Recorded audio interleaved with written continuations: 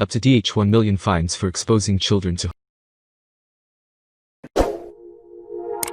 Press the subscribe button and bell icon.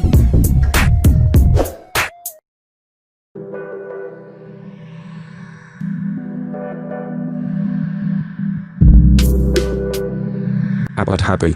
Parents have been reminded that any form of child exploitation attracts fines of between $5,000 to $1 million with varied prison terms as per Article number 21 and 29 of Federal Law number 3 of 2016 on child rights.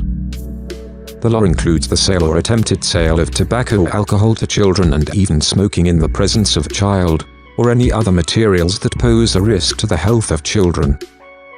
Abu Dhabi police had also warned parents earlier about video games that incite violence and crime. Police advised parents to monitor content and their online activity. Federal public prosecution urged parents to maintain the child's right to life, survival and development and provide all necessary opportunities to facilitate the same and grant him/her a free, secure and developed life. It asserted to protect the child from all forms of neglect, exploitation and abuse and from any physical and psychological violence that exceeds the limits of the law, such as the rights of the parents and their equivalents to discipline their children. Raise the child in a way to adhere to his/her Islamic faith and to have pride in his/her national identity and respect for the culture of human brotherhood, the prosecution said.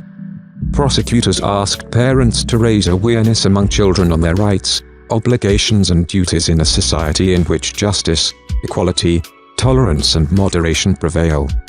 Raise the children on sense of morality, particularly the respect of his/her and family and social surroundings, it added. Spread the culture of child rights as widely as possible using appropriate means. Involve the child in the aspect of community life according to his/her age, maturity and developed abilities in order to be raised on the love of work, initiatives, legitimate earning and self-reliance, the prosecution added.